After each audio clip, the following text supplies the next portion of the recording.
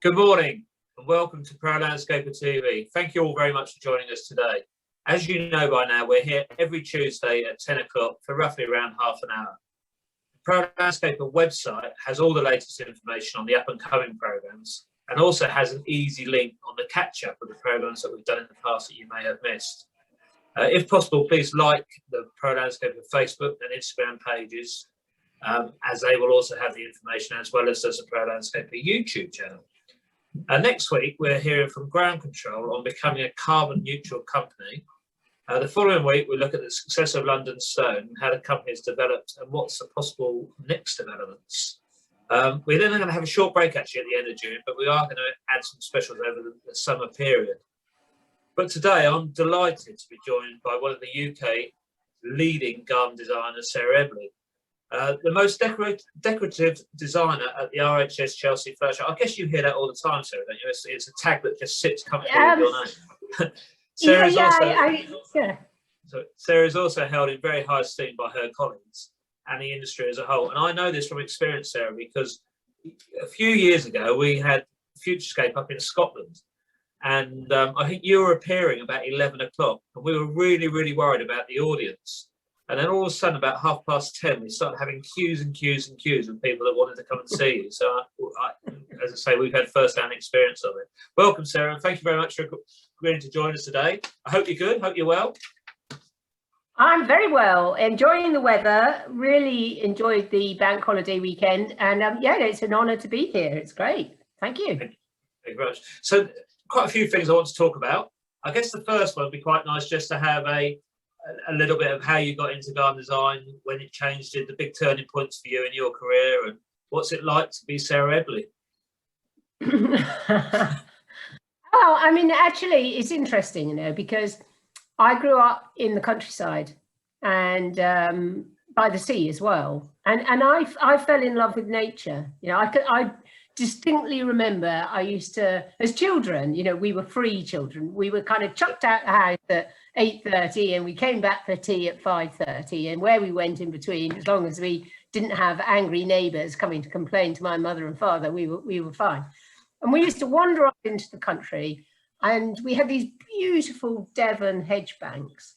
And I just used to marvel at all the textures and how the light hit the hedge banks and the flowers.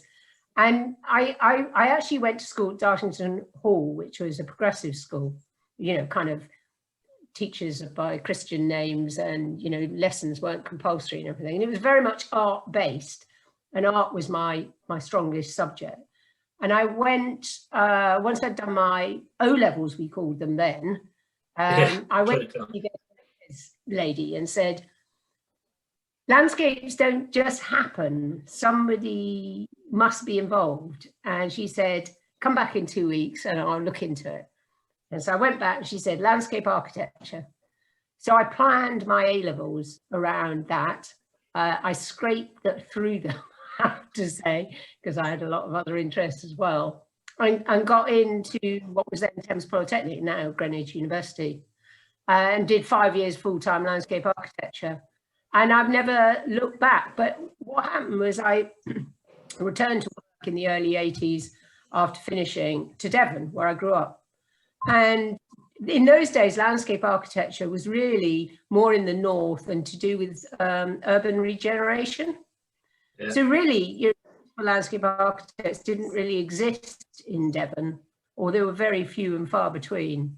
And so I visited the local garden centre and said, well, whilst I'm working out what to do, could I come and work here? So I'm with plants. And they said, well, hang on a minute. Why don't you set up a garden design service for us? And of course, my initial response was that a terrible snob. Oh, I design cities, not gardens.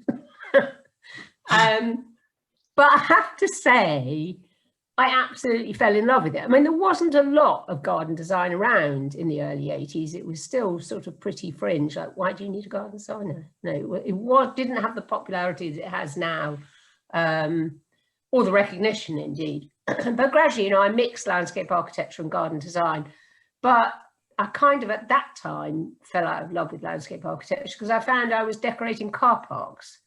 I didn't feel that I was doing anything meaningful. I'm sure landscape architects who were, but there just didn't seem to be availability of that sort of work. So I got more and more involved in garden design, and I loved that kind of interface with clients and really feeling that I was making a difference to people, which I didn't feel in sort of Tesco car parks.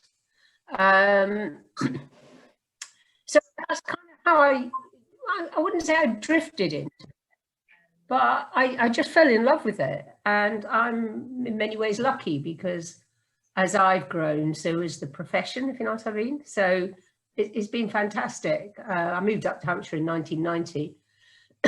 And yeah, I've never looked back. Love it. Every minute of it. With the university then, well, were the training courses inspiring, and the education side of that was inspiring, or was that still pretty much about redevelopment, reurbanisation? No, I loved it. I loved it. I mean, I chose Thames because it was a design-based course. Some of the ones like Manchester, for instance, much more about the technology involved, systems, etc. So at Thames, it was what I was used to. It was really creative. You know, we had to make suspension bridges out of card and sellotape, and you know, kind of all that kind of stuff.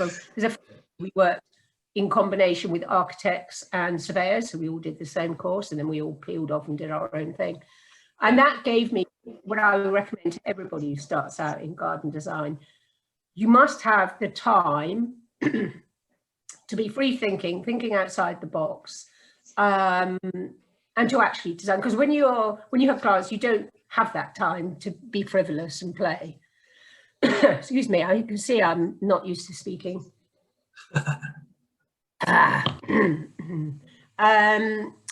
So yeah, it's really important to have a good grounding in just basic design. Doesn't matter whether you're designing a garden or you're designing a motor car or anything else, you know, actually understanding the process of design and giving yourself a chance to be completely outside the box is really important, because as you know, as you get more and more work, you get tied into deadlines and the need to get work done.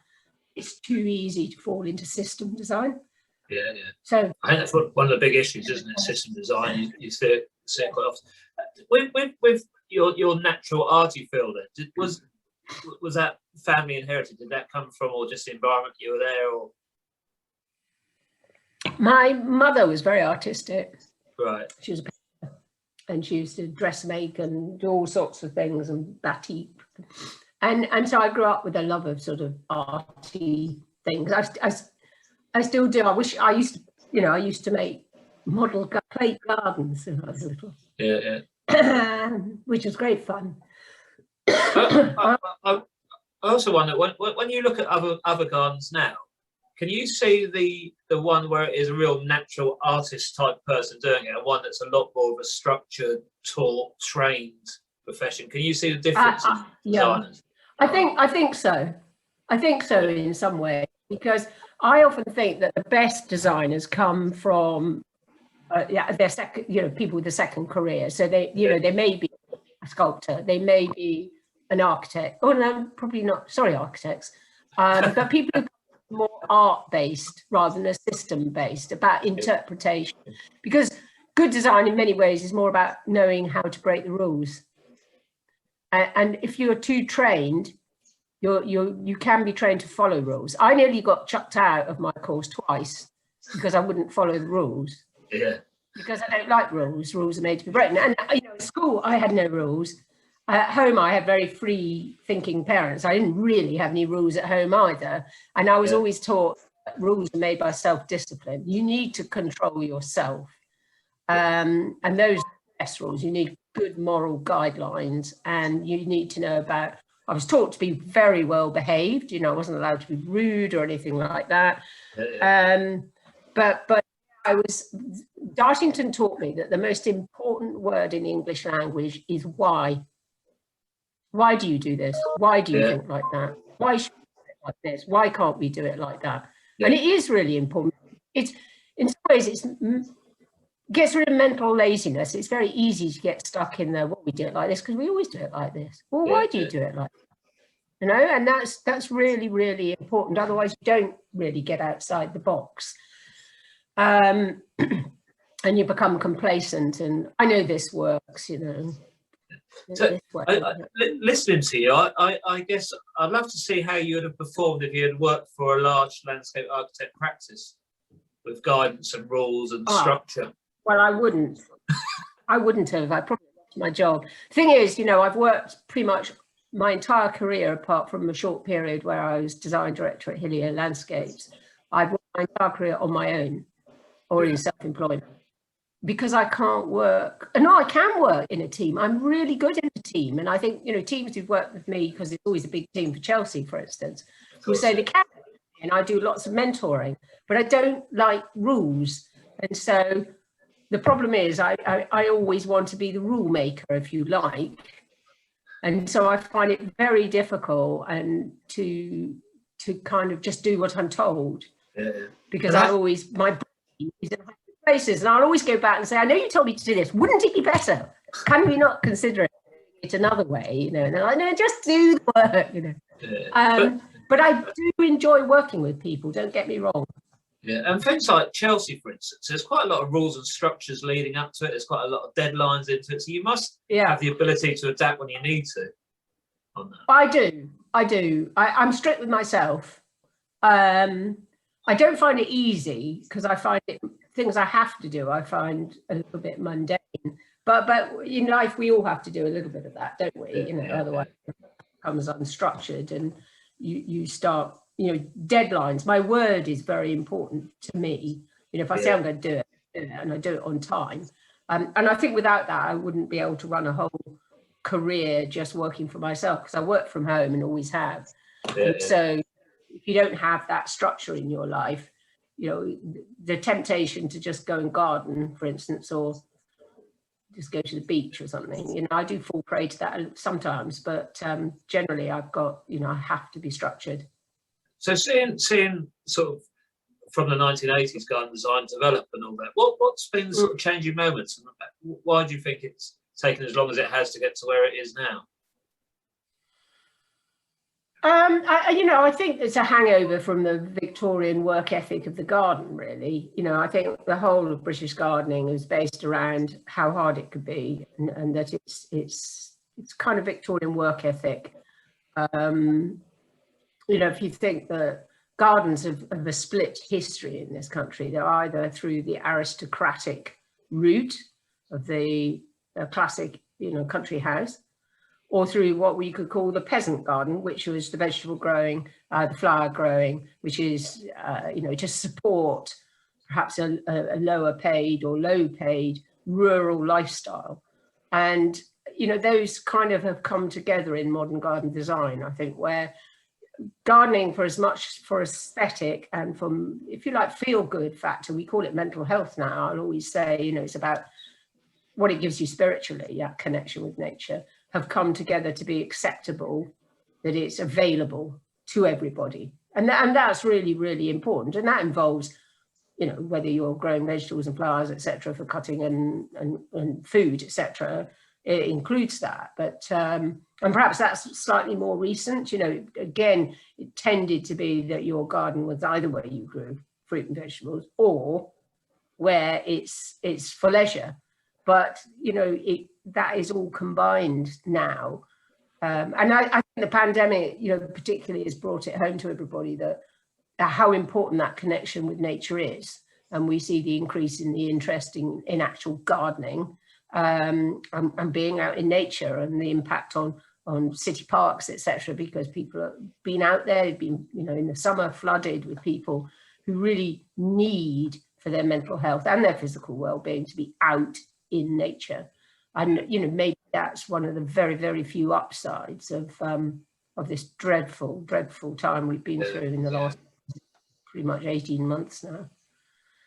Yeah. Would you say you as a designer have changed in terms of how you do it, how you project? I always think that, like, when I look at, I think it was your 2011 garden and your 2019 garden at Chelsea, they're absolutely miles away from each other. You wouldn't believe the same person's designed both of them. So is that you in terms that you've changed?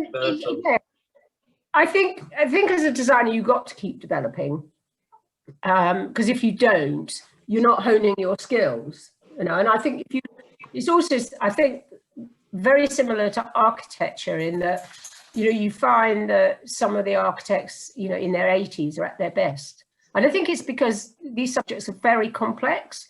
Actually, landscape architecture, I was warned that if you train as a landscape architect, you're a jack of all trades and a master of none. And in some way that applies to garden design as well, because it is a complex subject. You have to know about so many different things that actually you've got to evolve. And actually practicing, if you can call it that, do you have a garden practice? Yeah, it is about practicing all the time. It's one of the reasons I got into show gardens, because it is the ultimate practice. I can be outlandish. I can practice something, have a go at something that I daren't do for the first time, spending one of my clients, hard-earned cash.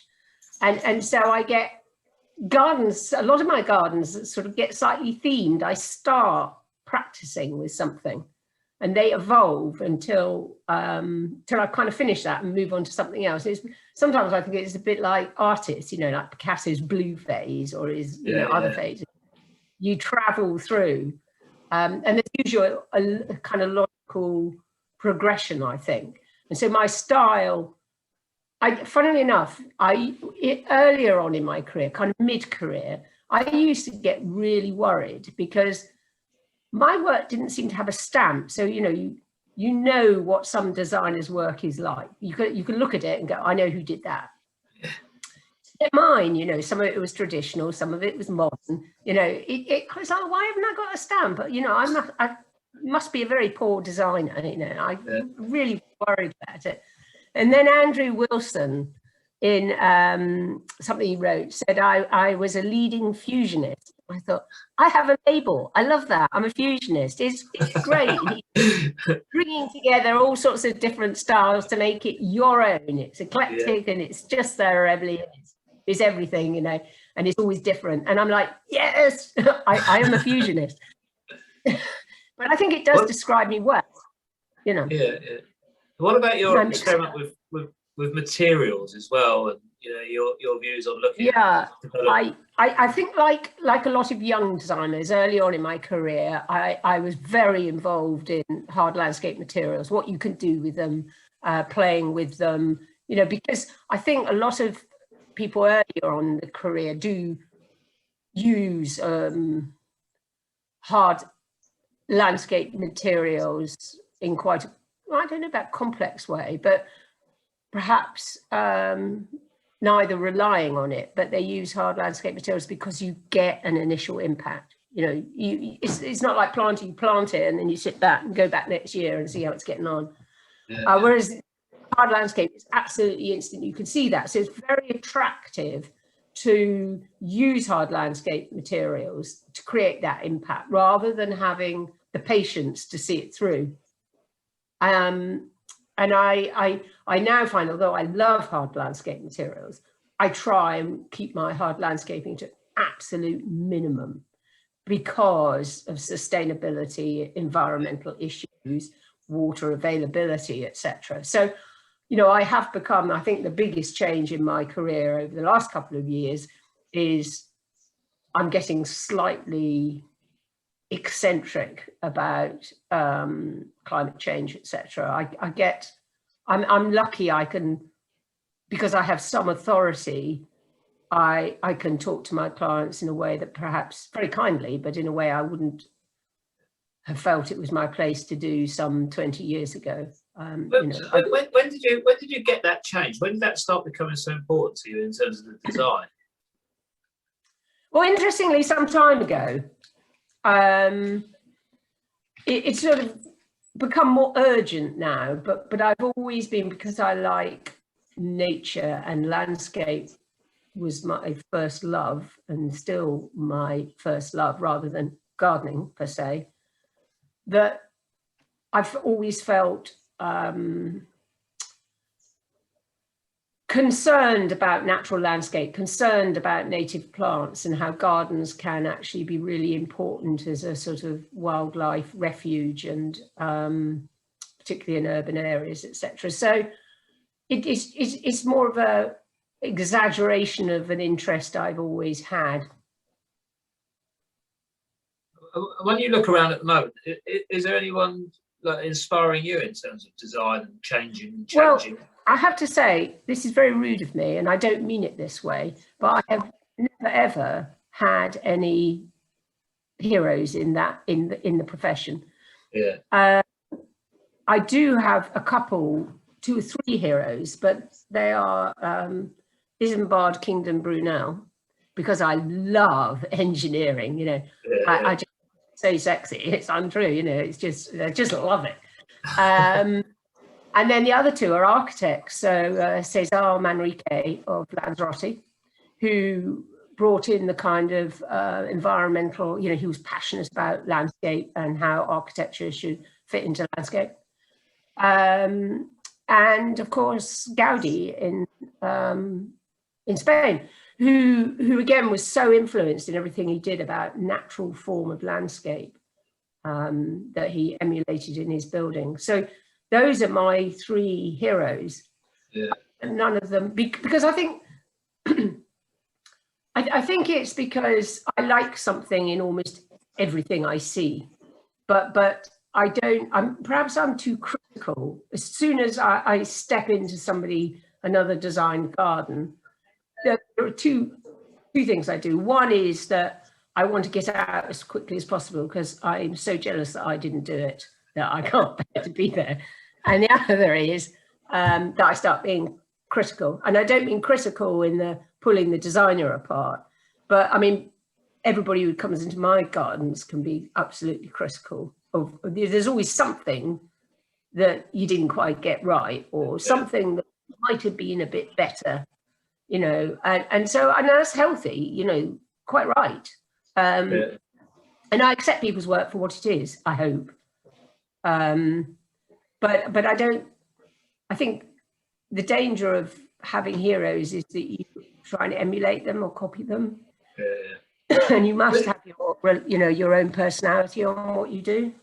Yeah, I when I sort of walk down Chelsea Main Avenue, sometimes I wonder how true the reflection of the gardens that have been designed by the designers are them, and how much they're doing it for a different thing. So would you say your Chelsea gardens through the different stages reflects where you were at that time? Yes and no. Yeah. No, I mean, I think the difficulty now is that we are in a climate crisis. So gardens now that you see at shows have to be, you know, in consideration of that. Whereas maybe, you know, 15, 20 years ago, that didn't play a big factor. I'm not saying that, you know, people weren't aware of certain issues, but I think there was more freedom. Maybe there was less responsibility on us then. Yeah. And so we could play even more. But yes, the mere fact that I played with things at shows, as I've said, means that in some ways it is a reflection. But generally, you know, my gardens at shows reflect the brief, what the client wants. So in that sense, no, they don't. But my interpretation of it may be. But that is so guided by the brief that I think there's one thing that I accept I do reasonably well is I understand that show gardens really are 3-dimensional marketing. Yeah. There's a message to be delivered. And does it work for you, the show gardens, in terms of you definitely feel that you pick up jobs from it? And yes. And I mean, not directly. I do occasionally, for sure. But actually, what it does, it's my shop window. You know, I work in my house. You know, I don't have meetings here or anything. It's a very lonely profession in that way, and because of my reputation, the fact that my clients can see me at shows gives them some reassurance that choosing somebody, you know, they've seen my work, and if they've never seen, you know, if you're shows, it can be sort of like an element of trust. Who am I employing? Because it's not easy. You can't really, you know, take your clients, keep bothering old clients and showing them somebody else's garden. So, you know, it's kind of I think it's the fact that it's really reassuring for people, and it's it's like any kind of marketing. If you do it once, it's pretty useless. You have to keep doing it, you know. Yeah. Big colour advert in the Telegraph, fine, but I mean, it's not that, you know, unless you keep doing it, waste of time, because it has to be in front of people, you know. It has to be that memory or that thing that's on the front of the fridge, you know. And so the memory of me is there because I'm always doing it. For them, that repetition means, you know, my name's either, you know, occurs in reports of the show, or I'm on the telly. They love coming to see me. You know, my old clients come up and give me a big hug at the shows. Oh, Sarah. You know, and they get a look around my latest garden at Chelsea, and they love it. But all of that is the fact that it builds, is a building block. Yeah. And just going back to something you said, I think it's quite interesting in terms of giving yourself the freedom and time to think. How many gardens or how many projects would you have on a go at a time? How do you sort of make sure you've built in that? Usually about a dozen, but active jobs, but probably about 20 that are in various stages. I actually work predominantly in the countryside. Yeah. And most of the work I do comes via the architectural side. So in other words, a lot of my clients are buying properties in the countryside, and they are either rebuilding, you know, knocking down and rebuilding, or doing refurbishment or big extensions. So there's usually architects and planning involved. Yeah. So interestingly, my work is a rare mix of landscape architecture and garden design. So I don't have very many clients, although I have some, who approach me because they're really keen to have a fabulous garden. Yeah. They me because they're really keen to have a fabulous home and to have something that, you know, really gets the sense of the setting of the building. So I do the basics, I do all the planning work, you know, and I work with the architects very, very closely on setting the buildings, floor levels, you know, all the grading, where the access is, where the drive goes, whether it gets moved, or all that kind of stuff. Yeah. Down to, you know, the terracing and all the levels and the grading and the boundaries and the trees and planting beds immediately around the house. And then some of those develop then further because they have a more detailed interest in gardening. And so, I mean, that may occur and happen over 10 years. I mean, I have clients that I've worked for over 15 years on the same garden. So some are dip in and out of, and some are active. So, you know, generally a scheme will be at least 2 to 3 years through the process. And as I say, some last a lot longer, which I like. Yeah, no, it's fantastic, isn't it? The continuity must be great to see it developing from stage to stage. The buildings as well. I'm lucky. You know, so many of my clients actually become my friends. Yeah, that's nice. I really appreciate that, and I like that ongoing. You know, they'll pick up the phone and say, "Sarah, you know, I just want," and I really like that because, you know, they're like your children. You know, these guys. You never kind of just want to push them out the door and say goodbye. You know, you want to keep in touch and know what's going on and be involved. Excellent. We've got roughly 10 more minutes left. There's a couple of topics I want to talk on. So the first one is sort of the future of garden design as an industry and as a practice. What needs to be done? What's the bits that you think are missing that should be added, and where do you think it should be driven from? Oh goodness, that's a huge question, isn't it? That's a huge question. I mean, I think it needs to be driven by climate change and sustainability, and the need, the understanding that gardens are. I used to say, actually, you know, a couple of years ago, I used to say, people would say, why is gardening so important in climate change and all the rest of it? And I used to say, because we need to try and heal the world one garden at a time. You know, and that's still true, because they are a refuge for insects and wildlife.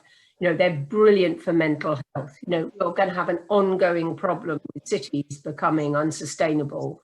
There are some horrible figures around about, you know, by the time we reach 2050, you know, the amount of urban living and cities that will be basically unlivable in. Yeah. The gardeners, you know, it doesn't matter what size the garden is, everybody's got something to contribute.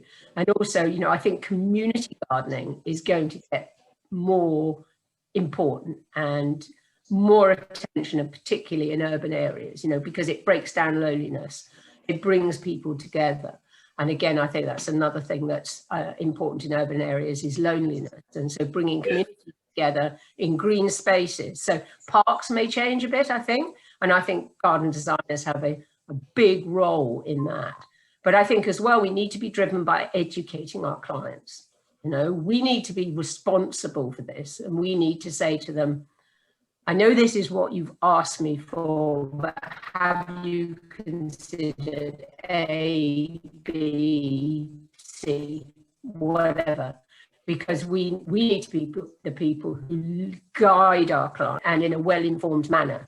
But I think, you know, there is still this hangover of lifestyle gardens, but I think they're pretty much on the way out. But there is still lifestyle in the garden, don't get me wrong. But I think guiding our clients through to considering their gardens environmentally and how important that is where we have to go to. In terms of sort of legislating the profession and professionalising that, do you think there's still more to be done there? Or do you think it's where it should be? Well, I mean, I just think there should be more connection, you know, amongst all the related professions. And I think anything that brings people together, because I still think that, you know, more than one brain on any issue is really important because you need different angles.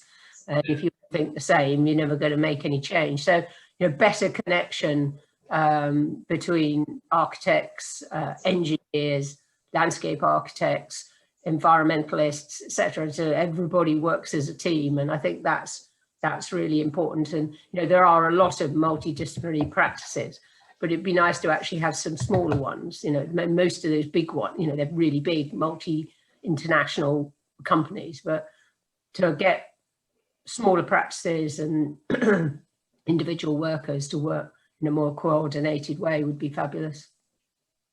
And then finally, Sarah, I guess it's what's next for you, to find out a little bit more about the French project. And I'm getting old, and as I approach retirement, I mean, I'm sure I'll die with my boots on because I need to anyway, because I need to earn money.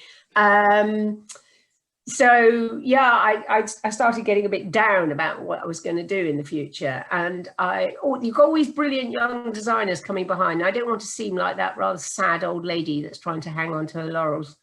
And I'm sure you're not. I'm not a techie or anything, and I still hand draw with pencil and all that stuff. So I thought, well, what have I got that they haven't? And I thought, what I've got is wisdom, knowledge, and experience. So how do I use that? So my decision was to buy some land and to make an experimental garden. So not only is my swan song, if you like, something I want to do, to have the time to do something, my own Chelsea garden, if you like, where actually I'm doing what I want to do and what I want to experiment with, but use that to help other people, both in terms of training and knowledge, but also as a talking, exchange of ideas to bring people together into a sort of big community, and also to use it for training. But I'm training myself. It's one big experiment, but I've got 7.5 acres in Lower Normandy.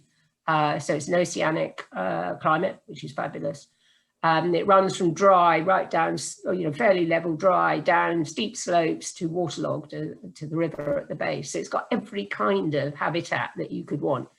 And yeah, so it's going to be, hopefully sustainable, and no dig, no pesticides, no herbicides, no water.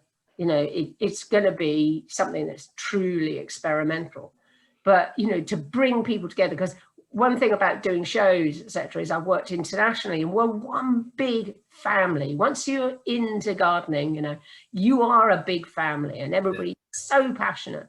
And to have somewhere where people can come together and play around, have wild ideas, and see what works, I think is just really exciting, and I can't wait. because I can't get going, because I can't get Hopefully it won't be for too much longer. Have you spoken to TV producers about Well, now who do you know? There must be a few that would bite their hands off for that kind of project. I've spoken. Well, I have spoken to a few. I agree with you. I think it would make a fabulous thing to follow, and I will be doing live stuff myself. So kind of next, so once I've got a proper plan in place, at the moment I'm doing building restoration. When I get to first stage of landscape, then I'll start knocking on people's doors more heavily, because I think it's imminent and they're more interested. So far it's been, sounds lovely, you know, let us know when you know more, kind of thing.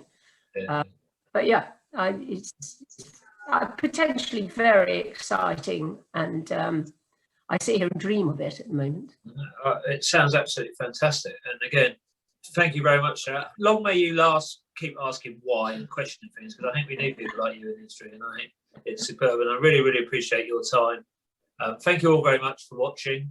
Don't forget, next week, 10 o'clock, we've got Ground Control talking about how they become a carbon neutral company. So it's a good follow on. Sarah, really, really appreciate it. Thank you all very much.